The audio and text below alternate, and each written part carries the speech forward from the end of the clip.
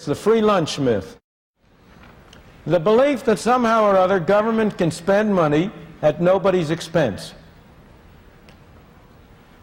I don't know how many of you have ever heard of a wonderful description of government that was made by a French economist by the name of Frédéric Bastiat about 150 years ago.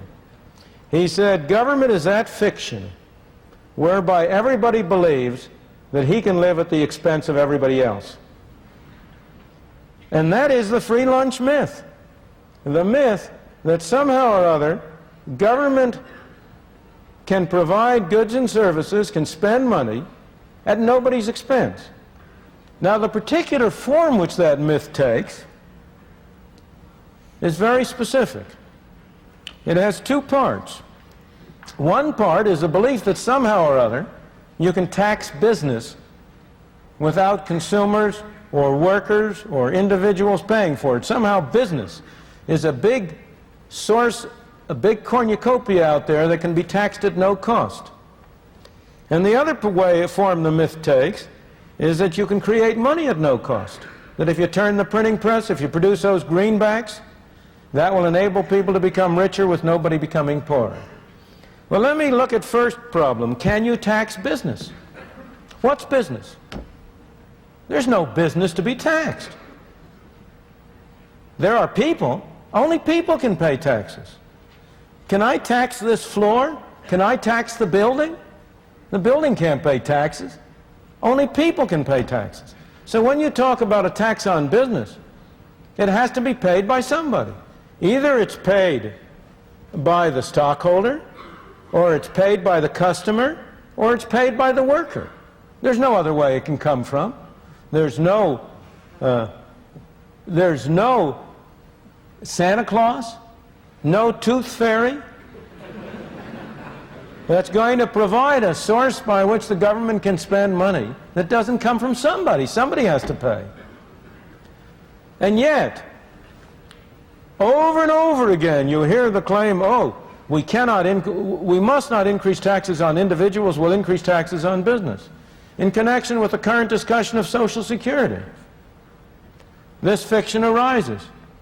There is a fiction that the Social Security tax is half on the individual and half on the employer. That the individual only pays 5.75%, the employer pays an equal amount. That's nonsense. That's bookkeeping. That's not economics. That's not reality. The part that the employer pays is part of his wage cost. If an employer considers whether it's worth his while to hire an additional worker, he has to consider as part of his cost not only what he pays to the worker, but also the extra taxes he will have to pay to the government. It makes no difference to the employer at all if he pays the worker a bigger check and the worker pays a larger part of that directly to the government, or he pays the worker a smaller check, but in addition has to send a check to Washington. What matters to him is the total number of dollars it costs him to hire an additional person. So the fact is, the logic is, the reason is, that the so-called tax on the employer is paid by the employee. Now, this has always been clear from economic reasoning, general economic reasoning, but it has also been subjected to empirical test. And a book even from that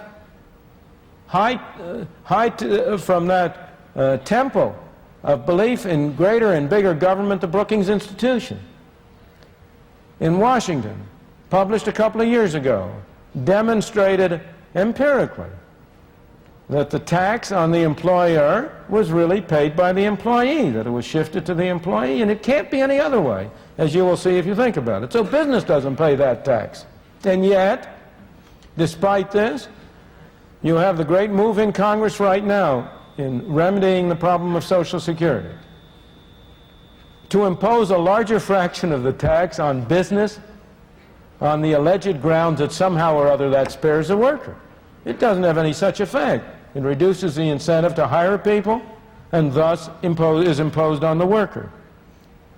But again, if you look at the taxing corporate profits, the distinction you have to draw is between who writes the check and who fundamentally bears the cost.